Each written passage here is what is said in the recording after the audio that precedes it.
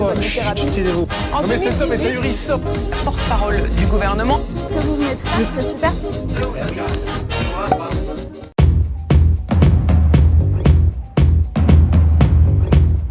Et bonjour, bienvenue à tous pour ce nouveau débat du jour sur Juste Milieu. Et là aujourd'hui, là il va y avoir de la connaissance, il va y avoir de l'apprentissage. On va se régaler, je préfère vous le dire tout de suite. J'ai la chance et l'honneur de recevoir Olivier Bonassi, co-auteur de ce livre dont vous avez sûrement entendu parler. Dieu, la science et l'épreuve.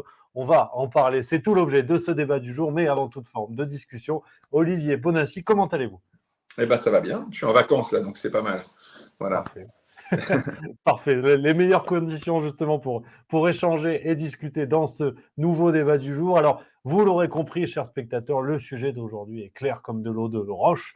Dieu, la science, l'épreuve, c'est tout l'objet du livre que vous avez coécrit avec Michel-Yves Bolloré, où vous exposez par le menu, dans un livre là vraiment complet, mais très clair, vraiment. Même moi, j'ai compris, donc je le dis en préambule, c'est que c'est accessible et c'est ça qui est précisément passionnant. Vous exposez par le menu cette explication, comme une révélation, ça y est, la science pourrait peut-être nous expliquer, nous montrer que Dieu a un lien dans l'affaire. Dieu a un lien dans l'affaire, on va précisément en parler, on va parler de tout ça ensemble. Mais pour commencer à vous découvrir, à prendre connaissance de votre travail, de cet ouvrage-là, est-ce que vous pouvez nous parler de votre parcours et votre rencontre avec Michel-Yves Bolloré, l'origine en fait de cet ouvrage, et puis après petit à petit, on va aller vraiment scruter tout ce que vous nous révélez dans ce livre. Absolument. Alors, l'origine, en 2 mots, moi, quand j'avais 20 ans, je n'étais pas croyant. Je faisais des études scientifiques et j'étais non-croyant comme tout le monde, je veux dire. Comme tout le monde, quand on est, personne n'est croyant à la naissance. Mais en tout cas, moi, je n'étais pas dans une famille où on parlait de Dieu, donc j'étais élevé dans l'ambiance générale qui ne parle pas de Dieu, et donc je ne croyais pas en Dieu. Je pensais même que Darwin avait aboli tout ça.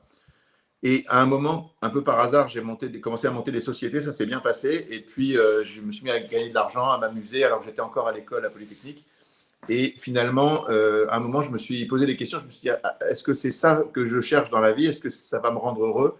Et j'avais un doute en me disant, finalement, ça ne m'apporte pas ce que j'avais pensé que ça pourrait m'apporter.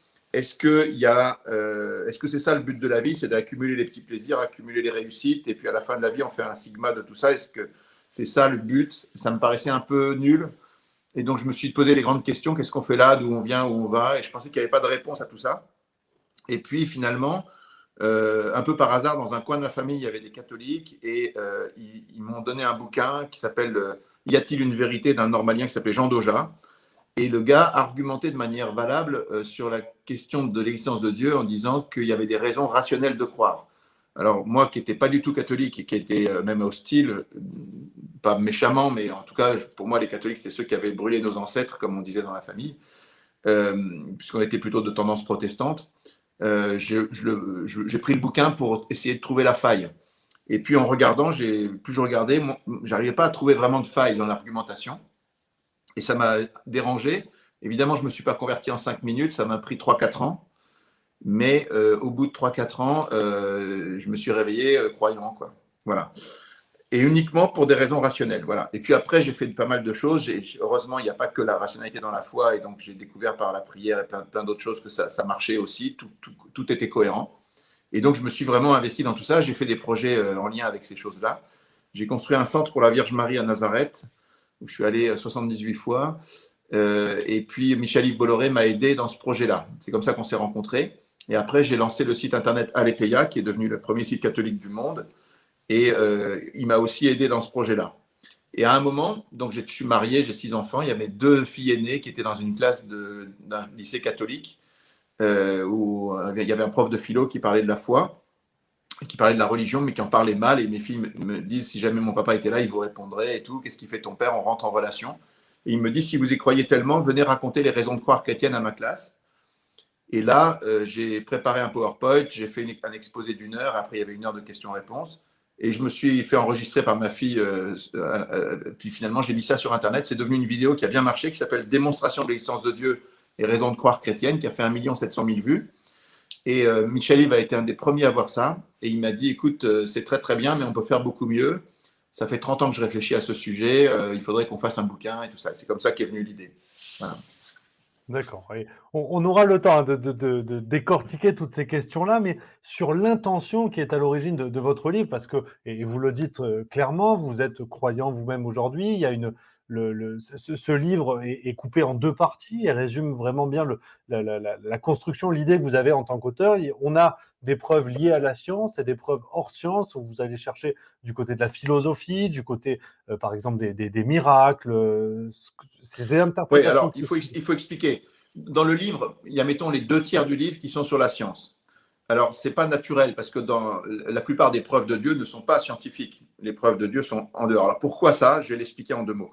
En fait, si on regarde l'histoire, dans un passé un peu lointain, tout le monde croyait en Dieu sur la surface de la Terre. C'est-à-dire qu'il y avait, vous pouvez prendre n'importe quel siècle, n'importe quel continent, les hommes croyaient en Dieu. Ils n'étaient pas d'accord sur quel Dieu, personne n'était d'accord, il y avait des religions très différentes. Mais les athées étaient pratiquement inexistants. Il y avait quelques athées chez les Grecs, mais vraiment pas grand-chose.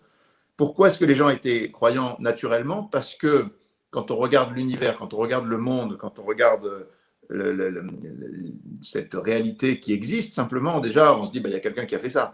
Et puis, quand on voit sa beauté, sa grandeur, son harmonie, son ordre, on se dit, bah, c'est pas possible, il y a vraiment quelqu'un d'intelligent derrière tout ça. Enfin, c'est naturel, si vous voulez. Donc, tout le monde était croyant, et en plus, viennent se greffer sur tout ça des raisonnements liés à la philosophie, des raisonnements liés à l'homme, à la conscience, à la morale, et puis le grand train de preuves qui vient de la révélation judéo-chrétienne. Vous avez eu dans la révélation judéo-chrétienne donc l'histoire du peuple juif, la Bible, Jésus, et puis des milliers de miracles, des milliers d'apparitions, des milliers de saints, des milliers de gens qui disent qu'ils ont rencontré Dieu. Donc tout ça, ça faisait un énorme paquet de raisons de croire en Dieu qui sont toujours valables aujourd'hui et qui ont fait que dans les siècles passés, tout ça, ça a prévalu, tout le monde était croyant.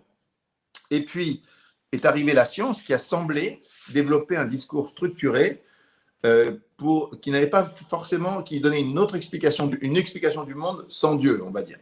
De Copernic à Freud, en passant par Galilée, Laplace, Darwin, tout ça, on avait toute une série de découvertes qui ont fait que on se disait, bah, la science progresse et peut-être qu'on va finir par tout expliquer sans avoir besoin de Dieu. Vous savez, cette anecdote entre Laplace et Napoléon, à un moment, Laplace qui développe son système devant Napoléon. Napoléon lui dit mais Newton avait parlé de Dieu, vous en parlez pas. Et lui il dit citoyen premier consul, j'ai pas eu besoin de cette hypothèse. Et donc Dieu apparaît comme une hypothèse dont on n'a pas besoin. Et comme la science est très puissante, elle a changé nos vies. Ça a donné un très puissant courant matérialiste qui a dominé au 19e et 20e siècle. Donc nous, ce qu'on dit simplement, c'est que, curieusement, au tournant des 19e et 20e siècle, il y a toute une série de découvertes qui vont aller dans l'autre sens, qui vont remettre la question de Dieu complètement au centre de la table, et qui, sur la table au moins, au centre du jeu, et qui vont faire que le questionnement, si vous voulez, redevient très très dur pour les athées, parce qu'il y a un début et parce qu'il y a un réglage fin. Voilà, en résumé. Alors, si la science, si la science a changé de camp et qu'elle rejoint le camp de toutes les autres preuves, ça veut dire que tout converge et tout va dans le même sens. C'est pour ça que nous, dans notre livre, on parle de ce retournement de la science qui est le point le plus important. La science a changé de camp. Et maintenant, on cite pour mémoire les preuves philosophiques, quelques preuves liées à la révélation, des miracles, des choses comme ça, qui restent des choses valables dont on n'a pas détaillé. On aurait pu dire 1000 fois plus là-dessus. Voyez, on aurait pu dire 1000 fois plus. Mais on a parlé essentiellement de la science parce que c'était le grand discours alternatif. Voilà. Alors, pour traiter tout de suite cette question, après on viendra vers voilà, ces éléments de science que vous nous racontez qui sont vraiment passionnants. Pourquoi avoir fait ce choix d'une pensée chrétienne qui irrigue l'ouvrage, notamment dans la deuxième partie? On a cette question qui vous a été souvent opposée, cette question presque du prosélytisme, du choix qui est fait de la religion catholique, parce que c'est vrai que vous citez une phrase d'Einstein qui est vraiment passionnante quand il fait référence au Dieu de Spinoza. Einstein qui dit « Je crois au Dieu de Spinoza qui se révèle dans l'harmonie bien ordonnée de ce qui existe et pas en un Dieu qui se préoccupe du destin et des actions des êtres humains. » Dans la première partie, en tant que lecteur, on est vraiment, on se sent dans cet espace où la question de Dieu est posée, mais d'une force divine qui, entre guillemets, n'aurait pas choisi son équipe, ne serait pas liée à une religion spécifique. La deuxième partie, par contre, vous faites vraiment ce choix qui est assumé et qui est intéressant, mais est-ce que voilà, que répondez-vous à cette question-là, cette objection-là. Non, pas du tout. Alors bon, on ne cache pas qu'on est chrétien, mais ce n'est pas la question. C'est pas parce qu'on est chrétien qu'on a rédigé le livre comme ça. En fait, si vous voulez, le dossier, il y a une seule question. Est-ce qu'il existe un Dieu à l'origine de l'univers? Est-ce qu'il y a un Dieu créateur? C'est ça la seule question du livre. On ne pose pas la question de savoir qui est Dieu, est-ce qu'il s'est révélé, pourquoi, comment il nous demande de vivre avec lui. Tout ça, ce n'est pas dans le livre, ce n'est pas le sujet. Une seule question très limitée, est-ce qu'il y a un Dieu ou pas? Et puis, un seul angle, la rationalité.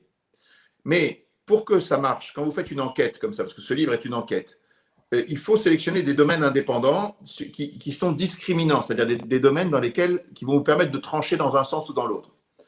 Donc, on sélectionne des questions, alors des questions en sciences, bien sûr, mais pas que. Et on a sélectionné dans l'histoire ce qu'on appelle des anomalies de l'histoire, c'est-à-dire des cas où, pour nous, c'est très difficile d'expliquer ça sans recourir au surnaturel. Vous voyez, la Bible, Jésus, le peuple juif ou Fatima, qui sont les 4 exemples qu'on a pris, mais on aurait pu en prendre plein d'autres. En fait, c'est très, très dur d'expliquer ces phénomènes, ces anomalies de l'histoire d'un point de vue rationnel, parce que le surnaturel est assez éclatant, on va dire. C'est pour ça qu'on les a choisis. Alors, je vous donne un exemple. La Bible. Si vous prenez la Bible, qu'est-ce que c'est que la Bible? En fait, c'est un peuple, le peuple juif, donc, qui est né d'Abraham. Abraham, Isaac, Jacob, tout ça. Donc, ce sont des bergers. Ils partent de Our en Chaldée avec des troupeaux. C'est un tout petit peuple, une famille, en fait, au départ, et qui devient une grande famille, mais ça reste un petit peuple. Ce peuple est au milieu d'autres peuples qui sont des grands empires. Vous avez l'Égypte, la Perse, le Babylone, les Romains, les Grecs. Tous ces peuples-là, finalement, vont avoir des savants, des astronomes, des bibliothèques qui publient des bouquins. Ils ont une vie intellectuelle très intense. Mais à un moment, les Juifs vont dire: vous, les grands empires, vous pensez qu'au ciel, il y a des tas de dieux différents qui ont des têtes d'animaux et qui se battent entre eux. En fait, tout ça, c'est pas vrai. Il y a un seul Dieu, il est transcendant, il a tout créé, il y a eu un début à l'univers, il y aura une fin, et entre-temps, il s'use. Vous pensez que le pharaon, l'empereur de Rome, c'est des dieux ou des demi-dieux? En fait, tout ça, c'est pas vrai. Il n'y a pas de héros, il n'y a pas de demi-dieux, il n'y a pas de sous-hommes, il n'y a pas d'esclaves par nature. On est tous au même niveau, on est tous fils d'Adam. Et puis, vous pensez que dans les sources, dans les forêts, dans les morceaux de bois, il peut y avoir des dieux. Tout ça, c'est pas vrai, c'est de l'idolâtrie, c'est pas vrai. La nature, c'est la nature. Et le soleil et la lune ne sont pas des dieux comme le croient toutes les civilisations de l'époque. Le soleil et la lune, ce sont des lampadaires, des trucs pour éclairer. Alors, vous êtes confronté à un problème rationnel en vous disant, par rapport à ce phénomène, qu'un petit peuple de gars absolument pas intellectuels, tout d'un coup, prennent des positions très tranchées sur plein de sujets, à rebrousse-poil de toutes les civilisations qui existent, comment vous l'expliquez d'un point de vue rationnel? Alors, il y a une première explication qui est de dire, OK, ce peuple, ça se passe comme ils ont dit, c'est-à-dire qu'il y a un Dieu qui s'est révélé à eux, donc tout ça, c'est cohérent. Enfin, c'est peut-être dur à croire, mais en tout cas, c'est cohérent. Si Dieu s'est révélé, qu'il puisse donner des choses que les autres ne savent pas, c'est tout à fait cohérent. Si vous excluez l'hypothèse de Dieu, puisque c'est la deuxième thèse du livre qu'on examine dans l'enquête, si Dieu n'existe pas, il n'y a pas de révélation. Alors, s'il n'y a pas de révélation, comment vous expliquez que le peuple hébreu, il ait raison sur tout comme ça, à partir de rien? Vous voyez, ça devient très... Donc, on dit, c'est un cas qui est très dur à trancher d'un point de vue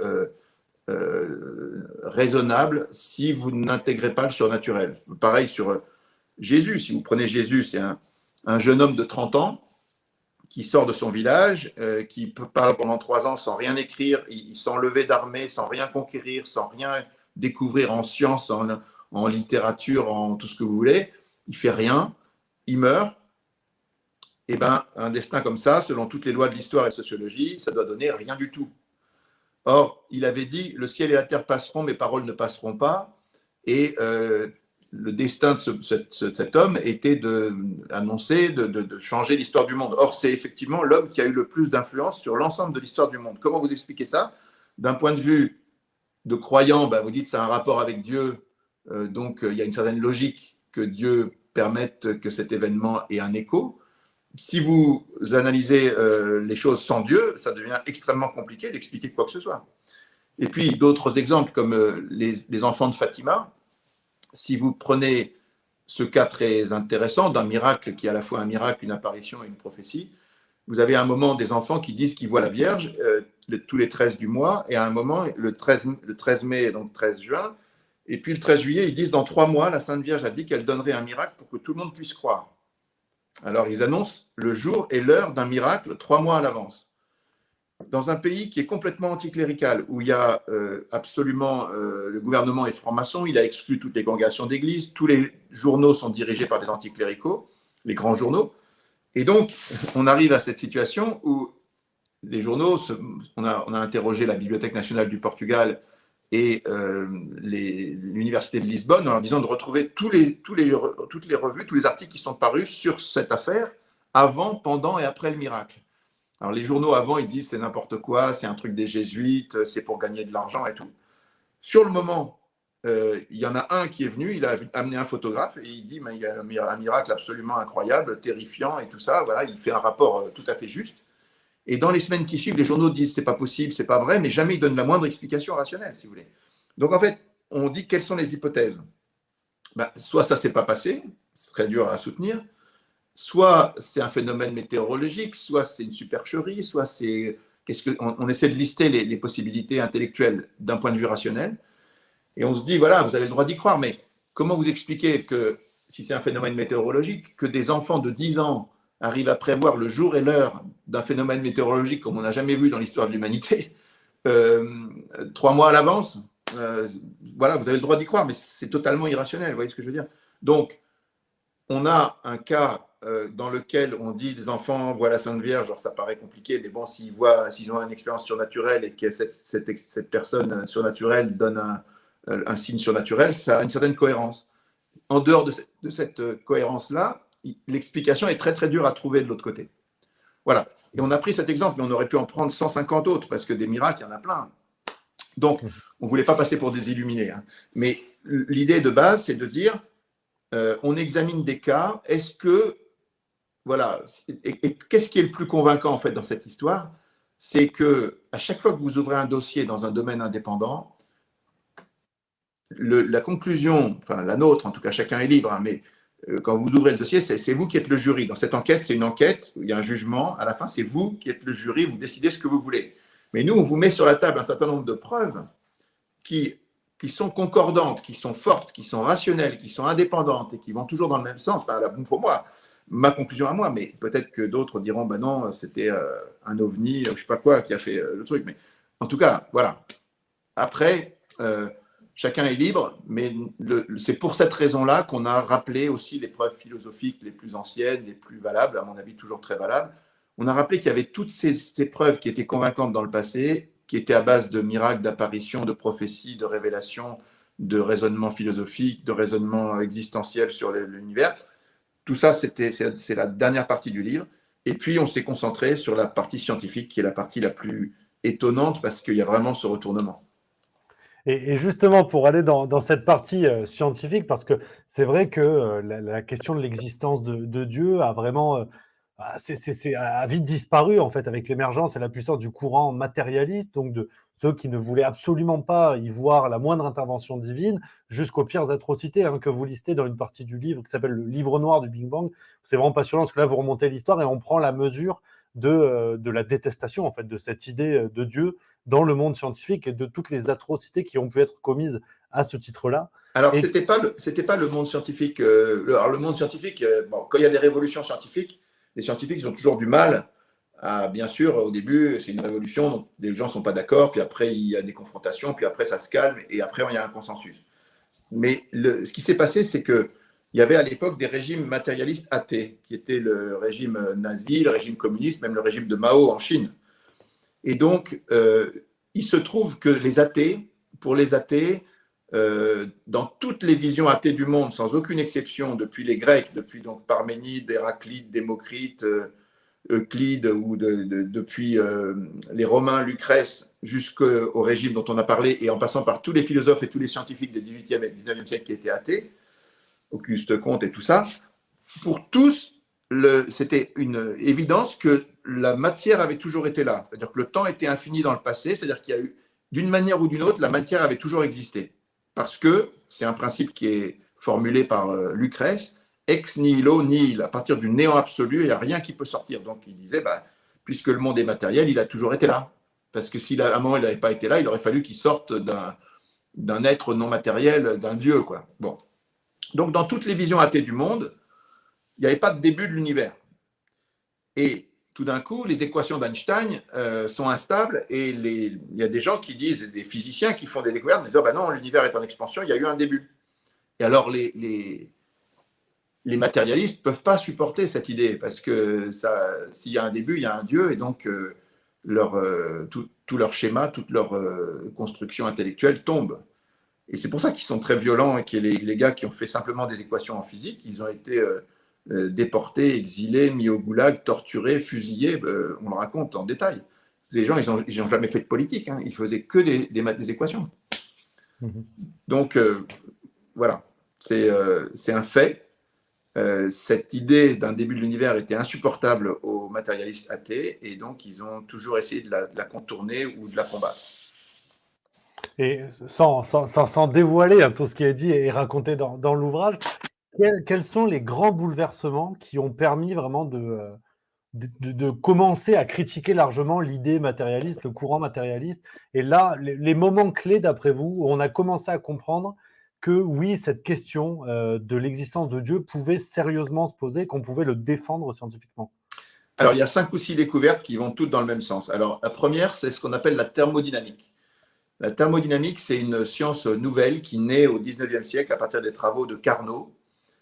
Carnot, dans les années 20, 1824, je crois, il a 27 ans, il publie un travail sur les machines thermiques et il fonde cette discipline nouvelle qui est la thermodynamique. Et son travail est repris, après il meurt assez vite, quelques années après, et puis son travail est repris par Clausius qui postule le second principe de la thermodynamique, c'est-à-dire que la croissance dans un système sans apport d'énergie ou d'information, la croissance de l'entropie, c'est-à-dire du désordre. C'est-à-dire que les ordres spécifiques se dégradent. C'est une loi statistique qui repose sur le très grand nombre de particules qui existent dans l'univers et qui est toujours vérifiée.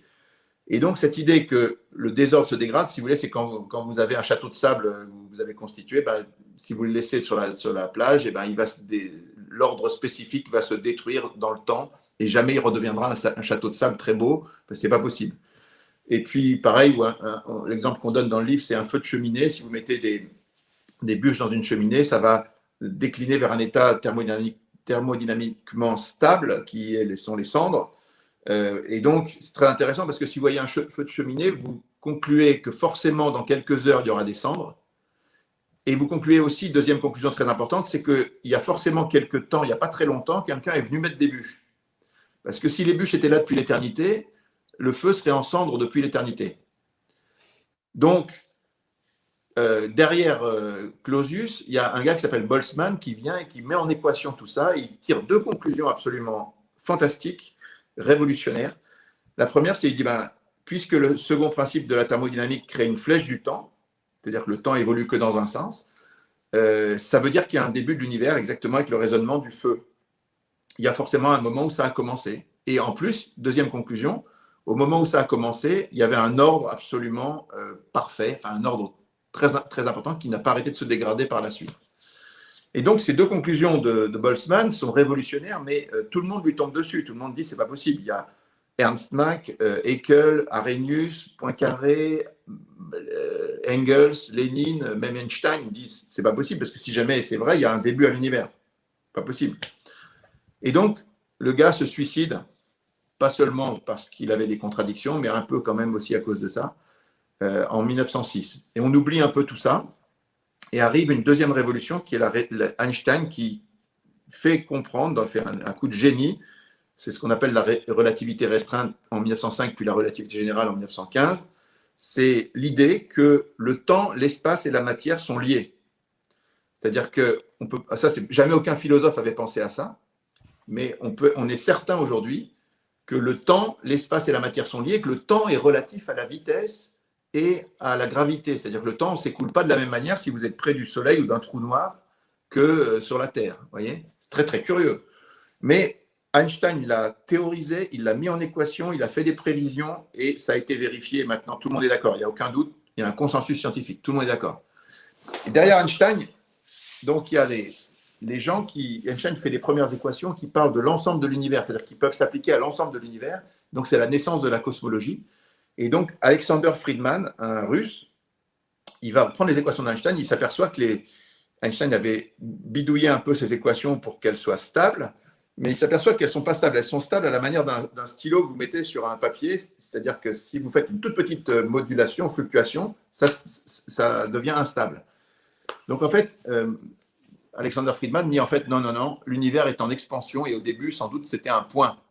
Il écrit ça en 1922.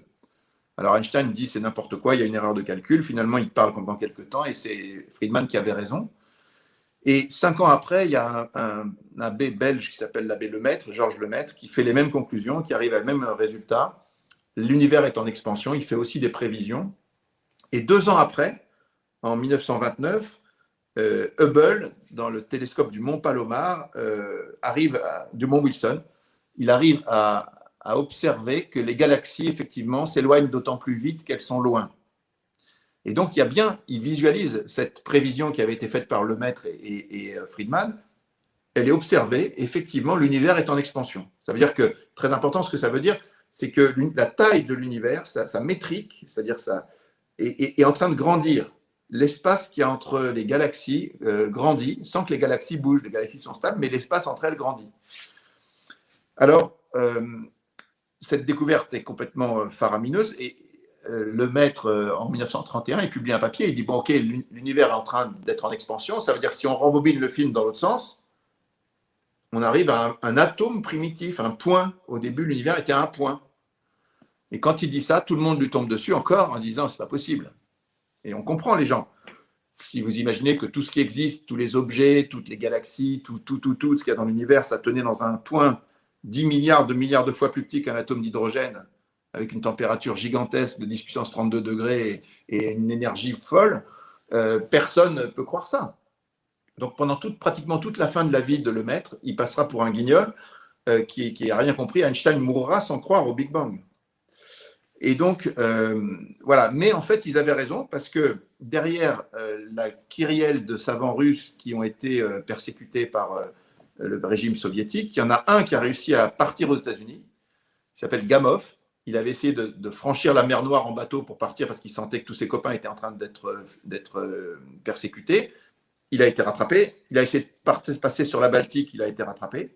Et à un moment, il a obtenu par hasard un visa pour la Belgique, pour un congrès Solvay, parce que Marie Curie l'a invité. Et Molotov, le grand patron du système policier soviétique, l'a laissé passer. Personne ne sait pourquoi. En tout cas, il est parti avec sa femme, il s'est réfugié aux États-Unis et il a continué les travaux sur les équations de Einstein et de Friedman. Et il a fait 2 prévisions.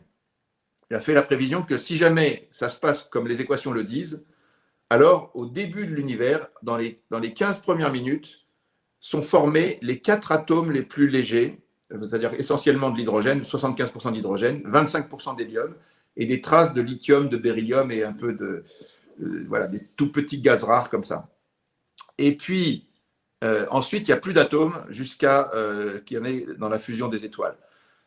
Première prévision. Deuxième prévision, il dit l'univers va être en expansion au bout de 380 000 ans, la densité de l'univers va être suffisamment faible pour que la lumière se mette à marcher en ligne droite. Et donc, il va y avoir une lumière qui va être émise par la chaleur de l'univers à ce moment-là, qui va venir de tous les points de l'univers et qui est émise dans tous les coins. Et cette chaleur, comme l'univers est maintenant 1000 fois plus grand, elle était de 3000 degrés à l'époque, elle sera de 5 degrés, il dit, ou 3 degrés aujourd'hui. Et effectivement, dans les années 60, Robert Wilson, celui qui a fait la préface de notre livre, là, qui a un prix Nobel et pas n'importe lequel, celui qui a découvert ce rayonnement de fond cosmologique, il observe un peu par hasard, dans toutes les directions de l'espace, un rayonnement qui vient et qui est exactement dans la température prévue par Gamov. Et dans la même époque, quand on observera les gaz les plus anciens de l'univers, on trouvera exactement la composition qui était prévue par Gamov dans l'analyse spectrale, 75% d'hydrogène, 25% d'hélium et des traces de beryllium, de lithium et de deutérium. Et donc là, les scientifiques, quand ils voient ça, ils sont sur les fesses, si vous voulez. Tout d'un coup, ils disent, ok, c'était théorisé, modélisé, prévu, et on observe exactement ce que les prévisions nous disent. Le Big Bang existe. Et donc, c'est une révolution. Mais alors, les gens qui restent matérialistes, ils disaient, bon, ok, il y a eu un Big Bang, mais avant, il y aura certainement, après l'expansion, un Big Crunch, C'est-à-dire qu'après le Big Bang, ça va s'arrêter, puis ça va repartir dans l'autre sens, ça va te faire un Big Bang, et il y aura un Big Crunch, et ensuite une série éternelle de Big Bang et Big Crunch. Sauf qu'en 1998, les gens, Perlmutter, Schmidt et Riess, qui ont obtenu le prix Nobel pour ça, mesurent que depuis l'âge de 9 milliards d'années, l'univers a réaccéléré au lieu de comme tout le monde pensait qu'il allait freiner non pas de la gravité mais de la courbure. Mais en fait, non. Depuis l'âge de 9 milliards d'années, l'univers réaccélère. Et a priori, si on reprend les équations, il n'y a aucune raison que cette accélération ne soit pas éternelle.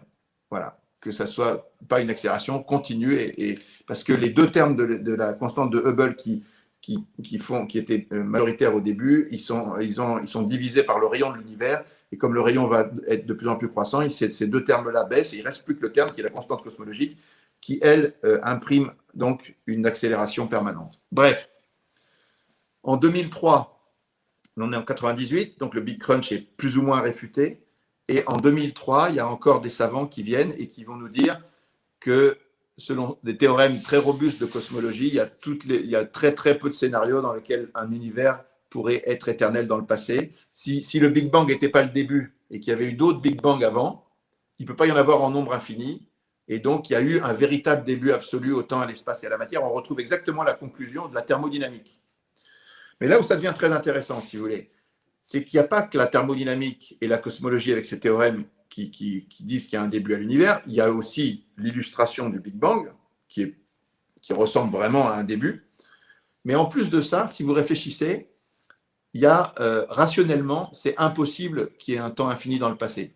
On le sait depuis très longtemps, parce que quand Aristote avait parlé de tout ça, lui, il pensait que l'univers était stable, éternel, infini, comme tous les savants, il y a 100 ans. Aujourd'hui, plus personne ne croit ça.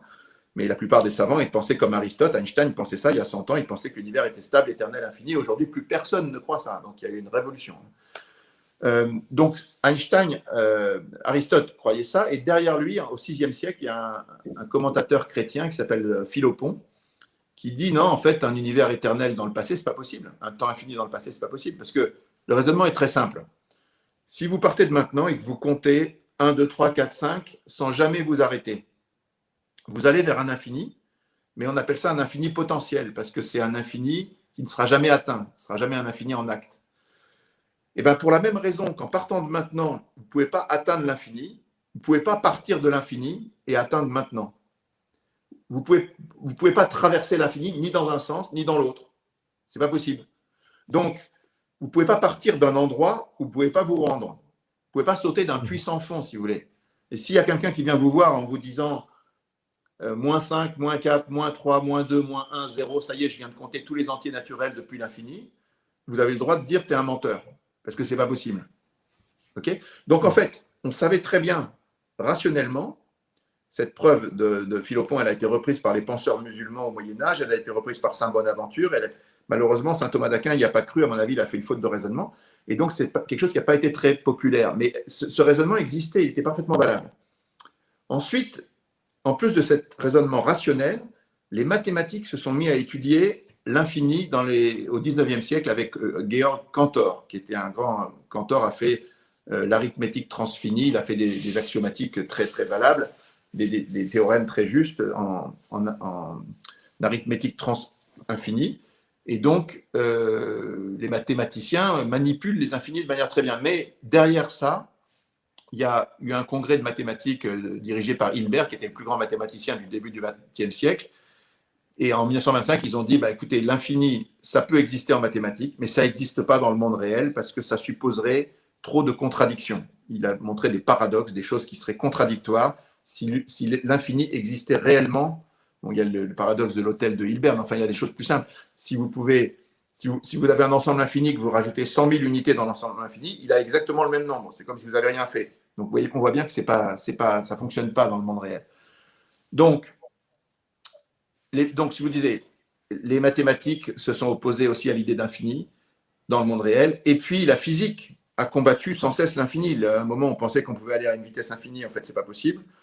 la vitesse est limitée par la vitesse de la lumière. On pensait qu'on pouvait diviser un segment de manière infinie. Mais en fait, non, parce qu'à un moment, il y a des quantas. On ne peut pas aller en dessous d'une certaine... Ça n'a plus de sens d'aller en dessous d'une certaine dimension très petite, la mécanique quantique. On pensait que l'énergie pouvait être discrète et aller à des degrés infinis, mais en fait, pareil, elle est limitée dans les deux sens. On pensait aussi que le temps pouvait être infini ou l'expansion de l'univers infini. Tout ça, c'est faux. Bref. En résumé, le temps infini dans le passé n'est pas possible à cause de la rationalité, des mathématiques, de la physique, de la thermodynamique, de la cosmologie, et le Big Bang est une illustration. Voilà. Mais après, vous avez le droit d'y croire, parce qu'il y a des gens encore en cosmologie qui font des modèles où il y a un temps infini dans le passé. Mais honnêtement, c'est très très dur. Et je peux vous dire qu'il y a un très grand physicien athée qui s'appelait Stephen Hawking, qui a cherché toutes les hypothèses possibles pour dire que Dieu n'existait pas. Et dans son dernier bouquin, il écrit « Ok, il y a un début au temps, à l'espace et à la matière, mais il n'y a pas de cause. » Parce que le raisonnement auquel sont soumis les athées, qui est très compliqué, c'est s'il y a un début au temps, à l'espace et à la matière et qu'il y a une cause qui est ni temporelle, ni spatiale, ni matérielle, l'affaire est pliée. Donc il faut contester un des deux points. Donc vous devez contester soit qu'il y a un début, c'est très très dur, soit qu'il y a une cause. Et c'est ce que fait Stephen Hawking. Il écrit dans son dernier bouquin, finalement, l'univers peut se créer tout seul à partir de rien à cause de la force de gravité. Et il y a son collègue de Oxford qui lui répond, John Lennox, il dit, c'est un ami qui a écrit des choses très sympas sur notre bouquin, John Lennox dit, une absurdité reste une absurdité même quand elle est proférée par un scientifique mondialement connu. Voilà. Donc c'est très intéressant de voir que les scientifiques, même les plus brillants, sont amenés à dire des absurdités pour essayer de défendre une thèse athée. Voilà. Donc là, on a parlé longuement d'un seul point, qui est le début de l'univers. Mais il y en a d'autres. Donc on peut venir aux autres. Et voilà, c'est dire à quel point, hein, chers spectateurs, vous allez voir, cet ouvrage est dense et complet et intéressant parce que, au-delà des convictions et des croyances de chacun, ce qui est passionnant, c'est que c'est vertigineux. Vraiment, c'est vertigineux. Votre ouvrage est vertigineux parce que on touche du doigt quelque chose où on se dit effectivement, on peut croire, voilà, chacun est libre de croire en ce qu'il veut, mais voilà, vous parlez notamment, moi, c'est ce qui m'a le plus saisi, c'est cette notion de réglage fin de l'univers. Alors, effectivement, on est face à une mécanique qui est incroyable, qui est vraiment incroyable. Alors, on y arrive. Alors, voilà, le réglage fin, alors, dans les années 60, donc c'est il y a très peu de temps, il y a 50 ans à peine, hein, donc 70 ans, allez, je ne dis pas de bêtises, dans 60 ans. Voilà, il y a 60 ans. Donc, dans les années 60, Robert Dicke, qui est celui qui a aidé Robert Wilson à découvrir le rayonnement de fond cosmologique, il est à Princeton aux États-Unis et il calcule que si jamais, un instant après le Big Bang, la vitesse d'expansion de l'univers est changée du 15e chiffre après la virgule, on n'est plus là pour en parler, dans un sens ou dans l'autre. Parce que soit l'univers se développe trop vite et il n'y a pas le temps de faire des étoiles, soit il se développe trop lentement et ça devient des trous noirs et ça se rétracte. Et le gars, il tombe de sa chaise. Il dit, mais qu'est-ce que c'est que cette chose? Comment ça se fait que c'est réglé comme ça? Et donc, on a une interrogation qui naît et qui n'existait pas avant, c'est sur ce réglage. Et derrière lui, il y a des dizaines de scientifiques qui vont faire des dizaines d'observations dans le même sens en disant il y a des constantes le poids de l'électron, la force de gravité, la force extrostatique, tout ça c'est réglé pile poil. Si ce n'était pas réglé comme ça, on ne pourrait pas exister. Et ce qui est très intéressant, c'est que cette idée du réglage fin de l'univers, qui est donc sur une trentaine de constantes, elle est contestée par personne. C'est-à-dire tout le monde est d'accord. Tous les scientifiques reconnaissent qu'effectivement, si ce n'était pas comme ça, l'univers ne serait pas viable, la vie ne pourrait pas exister. Alors ça pose une question, en physique d'abord, parce qu'après il y a la biologie, on va y venir après. Mais en physique, qui a réglé ça? Ou comment ça se fait que c'est réglé comme ça? Alors, ceux qui ne veulent pas croire en Dieu, ils sont obligés de croire. Alors, l'hypothèse la plus naturelle, c'est de dire qu'il y a un Dieu créateur qui est supérieurement intelligent. C'est l'idée d'Einstein, hein, qui dit tout homme investi dans la physique, dans la science, découvrira qu'il y a un esprit supérieurement intelligent qui est derrière les lois de l'univers et qui a un esprit infiniment supérieur à celui de l'homme. Voilà. Donc, Einstein dit ça, mais en fait, c'est l'hypothèse la plus naturelle.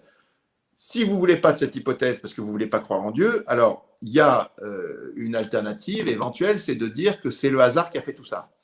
Pour que ça soit le hasard, il faudrait qu'il y ait un certain nombre d'univers parallèles avec une machine à créer des univers qui fasse, non seulement qui crée des univers, mais qui crée des univers en bidouillant les constantes. Une sorte loterie de constantes sur tous les paramètres de l'univers. Bon, alors déjà, ce n'est pas évident à croire, mais si après, en ce moment, il y a des milliers de scientifiques qui travaillent, par exemple, sur la théorie des cordes, qui essaient de réfléchir à ce que pourrait être effectivement un multivers où il y aurait, alors ils arrivent à des équations mathématiques extrêmement compliquées où ils disent que selon la théorie, il pourrait y avoir 10 puissance 500 univers. Et nous, on est celui qui a eu de la chance parmi les 10 puissance 500. Alors, 10 puissance 500, quand on dit ça comme ça, on dit pourquoi pas finalement 10 puissance 500. En général, quand les gens vous montrent une photo des multivers, ils vous montrent une image où il y a 10 multivers. Mais vous voyez des bulles comme ça, des bulles différentes. Mais en fait, 10 puissance 500, ce n'est pas du tout ça. 10 puissance 500, c'est, si jamais je vous dis de compter jusqu'à 1 milliard, il va vous falloir 30 ans en prononçant un chiffre à chaque seconde, jour et nuit. Si je vous demande de compter jusqu'à 1 milliard de milliards, il va vous falloir 2 fois la durée de l'univers. Et si jamais je vous demande de compter jusqu'à 1 milliard de milliards de milliards, il va vous falloir 2 milliards de fois la durée de l'univers. 2 milliards de fois la durée de l'univers. Bon. Or là, si on fait 1 milliard de milliards de milliards, on est à 10 puissance 27. Pour pouvoir 10 puissance, il faut des milliards de milliards de milliards de milliards de milliards. Pour arriver à 10 puissance 500, c'est de la folie. 10 puissance 500, si vous voulez, 10 puissance 23, pour que vous voyez un petit peu, 10 puissance 23, c'est à peu près le nombre de grains de sable qu'il y a dans le Sahara. Sahara, c'est un truc qui fait 5000 km, qui a 100 mètres de sable et puis 1000 mètres de large. Vous voyez un truc. Bon. Vous prenez un grain de sable parmi les grains de sable du Sahara, vous le coloriez en rouge. Et vous le jetez au hasard parmi tous les grains de sable, vous mélangez, vous demandez à quelqu'un de venir piocher. Et la chance qu'il a de piocher un grain de sable, le grain de sable rouge, c'est une chance sur 10 puissance 23. Mais pour avoir une chance sur 10 puissance 500, il faut que vous organisiez 20 fois la loterie et que 20 fois le gars il tombe sur le grain de sable rouge. Vous voyez, donc il n'y a aucune chance. C'est un truc on est dans le délire total. Voilà. Donc, bon, après, vous avez le droit de croire ça. Mais c'est compliqué, vous voyez. Alors ça, c'est pour la physique. Donc, les réglages fins de la physique sont extrêmement compliqués. Et derrière ça, il y a un truc encore plus étonnant qui est arrivé, c'est le dossier de la biologie. Donc, le dossier de la biologie, dans le passé, on pensait que la vie était née naturellement de la matière. Si vous voulez, on avait la matière, et puis on avait une génération spontanée de la vie, parce qu'on faisait un petit saut, comme ça, un tout petit saut. Et les gens se disaient, quand ils partaient en bateau assez loin, ils avaient un sac de farine. Dans le sac de farine, il n'y avait rien au départ. Et puis, quand ils ouvraient le sac de farine, il y avait des vers dedans. Ils disaient, ah oui, génération spontanée. Donc, mais Pasteur a expliqué que ce n'était pas ça. Il y avait des microbes. Et donc, il n'y a pas de génération spontanée, en fait. Ça n'existe pas. Et ensuite, Darwin a essayé de théoriser aussi rapidement ce que c'était que la naissance de la vie. Dans un petit étrange chaud, des molécules qui se frottent et hop, la vie qui naît. Bon, voilà, jusqu'à cette époque-là, on pensait que la vie, c'était très simple. Et puis, sont avenues les découvertes de l'ADN, du ribosome, des protéines, toute une série de choses qui ont, et de la cellule, parce que tous les êtres vivants sur la planète, des bactéries jusqu'à l'homme, en passant par toutes les plantes et tous les animaux, tout ce qui vit est constitué de cellules à base d'ADN.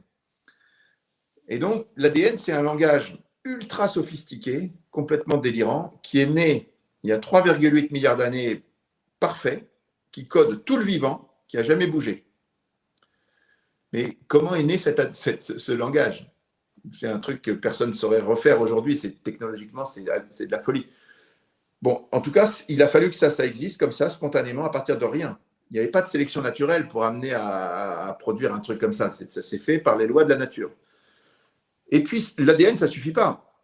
Pour faire une cellule, il faut qu'il y ait une membrane qui est en protéines. Il faut qu'il y ait au moins dedans 200 types de protéines différentes. Donc, si vous prenez une protéine assez grande, avec 1000 acides aminés, donc il y a 22 acides aminés. Donc, si jamais vous voulez avoir dans le bon ordre, c'est une chance sur 10 puissance, sur 22 puissance 1000. C'est à peu près égal à 10 puissance 1500.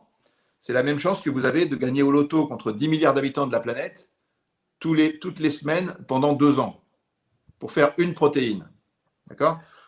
Donc, il en faut 200 au même endroit. Il faut aussi qu'il y ait l'ADN, il faut aussi qu'il y ait des trucs. Et après, il faut qu'il y ait un métabolisme qui fait que ça vit et que ça puisse se reproduire. Bon, les gens se sont dit, waouh, qu'est-ce que c'est que ce truc? On pensait que ça, c'est un tout petit saut. En fait, c'est un saut de 100 000 km qu'il faut faire pour passer de l'inerte au vivant. Alors, nous, ce qu'on dit dans le livre, on dit qu'il y a des hypothèses. Bien sûr qu'il y a la science, je suis très confiant sur le fait que la science dans les années qui viennent, va trouver comment est-ce qu'on est passé d'une rive à l'autre, comment on a franchi les 100 000 km avec des plots à 50 000 km, à 25 000, tout ça. Mais la seule chose dont on est certain, c'est que c'était totalement improbable. C'est-à-dire que le chemin critique qui permet de passer d'une rive à l'autre, il est dans les lois de la nature, ok, mais par un réglage qui est encore plus fou que le réglage de la physique. Et les chiffres auxquels on arrive en physique, c'est une chance sur 10 puissance 60, 10 puissance 100, 10 puissance 500. Mais les chiffres qui sont prononcés par les gens en biologie, c'est 10 puissance 40 000 ou 10 puissance 340 000. Vous voyez, c'est des chiffres qui sont encore d'un ordre de grandeur encore infiniment plus grand. Alors après, voilà, est-ce qu'on peut croire que le hasard ou les multivers sont une explication honnêtement, vous avez le droit d'y croire, mais moi, ça me paraît vraiment, comment dire, pour être gentil, pas très raisonnable. Voilà. C'est vraiment passionnant parce que ce que vous dites là, je reprends le mot que j'utilisais tout à l'heure, c'est vraiment vertigineux et une question qui était vraiment dans ma tête tout au long de la lecture de l'ouvrage, c'est que si, admettons, au cours de vos recherches, si vous aviez réussi à prouver définitivement, indubitablement l'existence de Dieu, est-ce que ça n'est pas encore plus vertigineux que Dieu passe du statut de croyance au statut de constat? Comment, Non, sur le plan de la pour foi, tout vous dire, on peut interpréter ça? non. D'abord, premièrement, le fait que Dieu soit prouvé, c'est ce qu'on a cru pendant tous les siècles, avant l'arrivée d'une certaine vision scientiste qui a contesté ça. Si vous voulez que Dieu soit prouvé, tout le monde le savait. Aristote le croyait, saint Thomas d'Aquin le croyait, l'Église catholique le croit encore. Si vous ouvrez le catéchisme de l'Église catholique, vous voyez qu'elle dit qu'il y a des preuves de l'existence de Dieu qui sont des arguments convaincants et convergents qui permettent d'arriver à des vraies certitudes. Donc la certitude de l'existence de Dieu, par exemple, toute l'Église catholique, ça représente quand même 1,6 milliard de personnes qui pensent, en théorie en tout cas, que Dieu est prouvé. Alors, ça ne veut pas dire que... Alors, ce qui est très important, c'est de bien comprendre ce que ça veut dire. Que Dieu soit prouvé, c'est une chose. Après, qui est Dieu, c'est une toute autre question. Qui il est après, il va falloir bosser. C'est pas la même question. Si vous voulez qu'il y a un Dieu, ça vous permet d'arriver à un certain nombre de certitudes. Ça vous donne un encouragement pour chercher s'il s'est révélé ou qui il est. Donc, ça démontre que la démarche, elle est rationnelle. Mais ça ne vous dit pas qui il est, premièrement. Deuxièmement, ça n'a aucun rapport avec la foi. Parce que la foi, ce n'est pas de savoir que Dieu existe. Si vous savez que Jésus existe ou si vous savez que votre ami existe, vous n'avez pas foi forcément en lui. Pour avoir foi en votre ami ou en votre épouse, il faut premièrement, évidemment, savoir d'abord qu'elle existe et en plus avoir des bonnes raisons de penser que vous pouvez adhérer, mettre votre confiance en elle ou en lui. Pareil pour Jésus. Il y a des tas d'athées qui savent que Jésus existe ou qu'il a existé, mais ils n'ont pas la foi. Avoir foi en Jésus, ça veut dire mettre sa confiance, adhérer à lui et décider, parce qu'on a des bonnes raisons aussi d'adhérer. Il y a plein de choses qui font qu'on a de bonnes raisons d'adhérer à Jésus. Mais après, il y a un saut à faire, effectivement, parce que c'est comme pour votre ami ou votre épouse. Quand vous placez votre foi dans quelqu'un, vous savez qu'il existait d'un point de vue rationnel, vous avez des bonnes raisons de croire, mais à un moment, il faut faire un petit saut en plus. Ça reste quelque chose qui est basé sur la raison, mais qui implique aussi un acte libre, d'une volonté libre qui adhère et qui décide de faire confiance. Vous voyez ? Donc, il faut bien comprendre que savoir que Dieu existe, ça n'a pas de rapport avec la foi. Enfin, c'est un premier présupposé nécessaire pour que la foi existe, mais il y a plein de gens qui sauront que Dieu existe, qui ne voudront pas avoir la foi, qui ne voudront pas rentrer dans une démarche d'adhésion, de confiance avec Dieu, parce qu'ils peuvent penser c'est pas raisonnable, ou qu'ils n'ont pas envie surtout. Voilà. Donc ça, la foi est un autre niveau qui implique la volonté, alors que la démarche qu'on propose nous, elle implique que l'intelligence. La foi implique l'intelligence aussi, mais surtout la volonté libre. C'est une vaste question et c'est vrai que je trouve ça passionnant, mais on a toujours, et là on va peut-être plus sur le terrain de la philosophie, mais je pensais aussi, au fil de ma lecture, je pensais aussi au cogito cartésien, au je pense donc je suis cartésien, qui finalement, je me suis dit du début à la fin de l'ouvrage, on pourrait aussi avoir cette interprétation-là de dire la seule condition de mon existence est que je sois capable de penser cette condition de mon existence, quand bien même tout ce qu'il y a autour de moi n'existe pas. Est-ce que ça, vous l'avez considéré au fur et à mesure de l'avancée de l'ouvrage, ou est-ce que Alors, vous êtes resté avec cette idée-là de Dieu, parce qu'après tout, on pourrait aller là, et non, une non, autre alors, théorie cartésienne aussi, qui est celle développée aujourd'hui dans le cinéma par un film comme Matrix, mais c'est aussi l'idée que nos cerveaux pourraient être branchés sur des machines. Après tout, à la lecture de votre ouvrage, on est aussi peut-être dans cette idée-là. on est entièrement d'accord. Alors, c'est très intéressant parce que, vous voyez, dans ce livre, Dieu, la science, l'épreuve, il y a les 3 mots, on y tient beaucoup. C'est donc Dieu, on sait ce que c'est, Dieu. Hein. La science, on sait à peu près ce que c'est aussi. Mais alors, l'épreuve, pourquoi est-ce qu'on tient beaucoup aux preuves? Parce que c'est le mot juste. Qu'est-ce que c'est qu'une preuve? Il faut bien comprendre que dans le monde réel, les preuves absolues n'existent pas. C'est-à-dire que si jamais vous arrivez au tribunal avec des empreintes, de l'ADN, une vidéo du gars qui a fait le truc et tout ça, c'est pas une preuve absolue. Ça pourrait être un complot dans lequel les gens ont trafiqué des tas de choses. Ou alors on pourrait être dans une matrix, effectivement, avec vous êtes en train de rêver, tout ça, ça n'existe pas et tout ça. Donc en fait, le seul endroit où il y a des preuves absolues, ce sont les mathématiques, les théories des jeux, la logique, c'est les jeux d'échecs, maths en 3 coups, preuve absolue. Mais on n'est pas dans des preuves absolues. En fait, on est dans des registres du théorème ou du jeu ou de la logique. Vous voyez, c'est des univers finis, ce n'est pas le monde réel.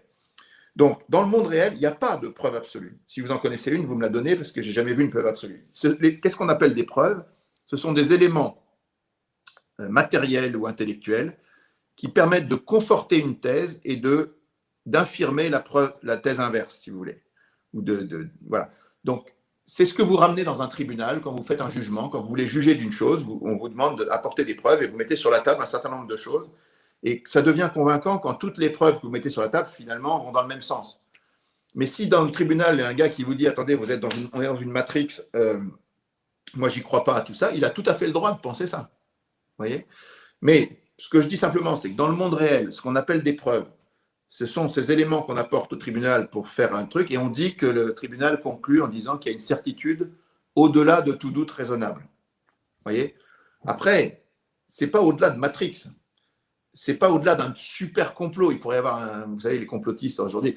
Donc, il pourrait y avoir un énorme complot qui dit que, voilà, vous voyez le colonel Moutarde dans la véranda avec de l'ADN de la victime sur le chandelier. Lui-même, il avoue. Il y a des gars de caméras de surveillance qui l'ont pris en vidéo. Il y a 3 témoins qui l'ont vu. Il y a ses empreintes partout. Bon, vous amenez ça au tribunal, tout le monde vous dit c'est mort. Quoi. Mais en fait, non. Ça pourrait être un immense complot de tous ces gars-là contre vous. Ou ça pourrait être une matrix. OK, moi je dis bien. Mais je répète, on apporte des preuves, c'est pas plus ni moins que les preuves qu'on apporte dans un tribunal. Voyez, mais c'est pas des preuves absolues. Donc on peut toujours dire non, c'est pas vrai, je suis en train de rêver. C'est effectivement, vu sous cet angle, ce qui laisse encore le débat, c'est encore plus passionnant. Et cher Olivier Bonassi, on sommes ensemble depuis bientôt 1 heure. Une question aussi qui m'a occupé l'esprit. Quel est, vous, le passage du livre qui vous a le plus impressionné, surpris? Quelle est la découverte où vraiment vous vous êtes dit, là, je dois en parler au lecteur, c'est absolument saisissant? Alors, moi, je connaissais pas mal de ces preuves. J'ai été frappé quand même par le chapitre sur la biologie parce que, effectivement, c'est complètement sidérant ce passage de l'inerte au vivant dans des proportions qu'on n'imaginait pas du tout dans le passé. C'est un mystère. Et donc, ça te fait réaliser que la vie était totalement improbable. Et c'est ce qu'on appelle un miracle, en fait. C'est un truc qui n'aurait jamais dû exister. Le fait qu'on existe, c'est un véritable miracle. C'est un miracle qui est plus courant que la résurrection du Christ, si vous voulez, que la résurrection des corps, mais ce n'est pas plus miraculeux, ce n'est pas moins miraculeux. C'est-à-dire c'est un truc complètement fou, qu'on existe, que la vie soit possible, que quand vous mangez des carottes, ça devient des yeux, ça se fait tout seul, il y a tout ça, et nous, on trouve ça parfaitement normal parce qu'on en a vu partout. Donc, on dit, bah oui, ça a toujours été comme ça. Ben, oui, non, c'est complètement miraculeux. Voilà. Moi, j'ai été fasciné par ce chapitre sur la biologie, qui est vraiment... Et alors après, si vous me demandez la preuve de l'existence de Dieu que je préfère, je dirais 2 choses. Je dirais d'abord, il n'y a pas de... Ce qui est le plus fascinant dans ce dossier, c'est le faisceau de preuves convergentes. Ce n'est pas une preuve. S'il n'y avait qu'une preuve dans un domaine, vous voyez, notre préfacier, Robert Wilson, il dit, moi je suis un scientifique, je suis un cosmologiste, je regarde le Big Bang, je vois ça. Effectivement, lui, il n'est pas croyant, il est agnostique, il essaie de rester. Mais il n'est que dans un seul dossier, il est que dans le dossier de la science, sur un seul sujet. Et il dit, effectivement, il n'y a pas de meilleure explication que le livre de la Genèse et ce que dit la tradition judéo-chrétienne par rapport au Big Bang. Mais bon, quand vous êtes dans un seul dossier, vous pouvez vous dire, il y a peut-être un truc que je n'ai pas vu. Mais quand vous êtes dans 50 dossiers indépendants qui vont tous dans le même sens, non. Parce que la question de savoir si Dieu existe ou pas, la réponse, elle existe. Elle est binaire. C'est oui ou c'est non. Elle existe indépendamment de nous. Le seul truc qui nous empêche d'avoir la réponse, c'est notre manque de connaissance. Mais la connaissance a progressé et nous, on est juchés sur les épaules des géants qui nous ont précédés, qui sont des gens qui ont fait des découvertes fantastiques qui nous permettent de réfléchir. Donc nous, on peut voir plus loin et ce qui est le plus frappant, encore une fois, c'est la convergence. Parce qu'à la fin de l'enquête, normalement, c'est soit oui, soit non. Donc toutes les réponses, tous les clignotants doivent se mettre sur la même couleur. Tout doit être vert ou tout doit être rouge. C'est un strike, si vous voulez. C'est exactement à ça qu'on arrive. On arrive à un strike où dans tous les dossiers aujourd'hui, quand vous ouvrez le dossier, le plus raisonnable, c'est de dire Dieu existe. Donc voilà, ça c'est la partie que je trouve, c'est la synthèse qui est le plus intéressante. Sauf que la preuve qui, moi, quand je me suis converti, quand j'ai été touché par ces raisons rationnelles, la preuve qui était pour moi la plus forte, c'était aucune de celles dont je vous ai parlé. C'était une preuve philosophique que je trouve très très forte et absolument imparable, mais quand je l'ai raconté aux gens autour de moi, à chaque fois je leur disais, vous vous rendez compte, personne n'accrochait vraiment. Alors je me suis dit, bon, ça reste la preuve la plus fondamentale, c'est celle d'Aristote, c'est celle de saint Thomas d'Aquin, c'est celle de Leibniz, qui pose la question, pourquoi est-ce qu'il y a quelque chose plutôt que rien? Pourquoi est-ce qu'il y a des choses qui existent alors qu'il pourrait très bien n'y avoir rien? D'accord? Et alors les choses qui existent dans le monde, elles sont ce qu'on appelle contingentes, c'est-à-dire qu'elles pourraient ne pas exister. Alors, ce qui est très intéressant, la plupart des choses qu'on voit, c'est des choses qui existent, mais elles pourraient très bien ne pas exister. Il n'y a pas de contradiction logique à imaginer que vous, moi, on n'existe pas. Vous voyez? Ou les objets, le verre que j'ai là. Bon. Donc, si les choses sont contingentes, ça veut dire qu'elles ne sont pas nécessaires, c'est-à-dire qu'elles n'ont pas l'existence en elles-mêmes, c'est-à-dire qu'elles reçoivent. Pourquoi est-ce qu'elles existent aujourd'hui? Il y a bien une cause qui fait qu'elles existent. Et cette cause, elle a sans doute une cause aussi, et ainsi de suite. On ne peut pas remonter à l'infini dans l'ordre des causes. Donc, en bas, il y a une cause première qui, en ce moment, donne l'existence à tout ce qui existe. Et si cette cause ne donnait pas l'existence, tout disparaîtrait. Les choses n'ont pas l'existence par elles-mêmes, vous voyez, elles la reçoivent. Donc, voilà, alors, on peut le voir aussi d'une autre manière. Cette histoire de cause première, c'est le principe que tout a une cause est un principe qui est faux. C'est très facile de s'en rendre compte. Si vous faites un gros paquet conceptuel en mettant tout ce qui existe, les tables, les chaises, les objets, vous, les hommes, les êtres vivants, les êtres morts, les êtres inertes, toutes les galaxies, tous les univers, tous les dieux, tout ce qui existe dans le paquet. Ce paquet n'a pas de cause extérieure à lui. Parce que s'il y avait une cause, elle serait dans le paquet. Donc, dans ce paquet, il y a forcément, comme il ne peut pas être cause de lui-même, c'est un concept qui ne marche pas, il y a forcément un être nécessaire dans ce paquet. Et les athées ont toujours dit, cet être nécessaire, c'est la matière, qui a toujours été là. Et les croyants disaient, non, c'est Dieu. C'est un Dieu qui a créé la matière, qui est transcendant à tout ça, qui a créé, voilà. Donc, cet être nécessaire, qui donne l'existence à tout ce qui existe, à chaque instant, c'est pas seulement au début de l'univers qu'il a donné l'existence. À chaque instant, tout ce qui existe doit recevoir son pouvoir d'exister d'une cause qui le maintient dans l'existence. Voilà, donc là, on est sur quelque chose de très, très fondamental et, à mon avis, de très, très juste. Et je pense que c'est la plus belle preuve, la plus fondamentale des preuves de Dieu. C'était encore une fois celle de la grande philosophie. Elle est page 509 dans notre bouquin. On l'a rappelé comme ça, vite fait, parce qu'on constate qu'elle n'imprime pas beaucoup chez les gens, mais elle est quand même très, très forte. Voilà. En tout cas, maintenant, chers spectateurs, moi, je peux que vous encourager pour aller encore plus loin et vraiment pour à la fois s'émerveiller, à la fois se casser quelques neurones, mais se poser énormément de questions. Je peux que vous encourager à aller découvrir cet ouvrage qui est un véritable succès de librairie. Plus de 100 000 exemplaires déjà. Maintenant, on est à 140 000 en ce moment. 140 000, alors, félicitations, rien que pour ça. En plus, c'est que du positif pour nos libraires en plus. Donc ça, on y va, on court. Olivier Bonassi, un immense merci pour cet échange, vraiment merci. Merci à vous, Rémi. À bientôt. Un grand plaisir de vous avoir reçu sur Juste Milieu. Voilà, toutes les thématiques sont là aujourd'hui. Dieu, la science, l'épreuve. On se régale semaine après semaine. Chers spectateurs, vous le savez, on va se retrouver très bientôt pour de nouvelles vidéos. En attendant, prenez soin de vous. Je le répète, c'est en librairie. C'est Dieu, la science, l'épreuve. On finit là-dessus. Monsieur Bonassi, Olivier Bonassi, merci beaucoup. Chers spectateurs, à bientôt. Prenez soin de vous. Au revoir.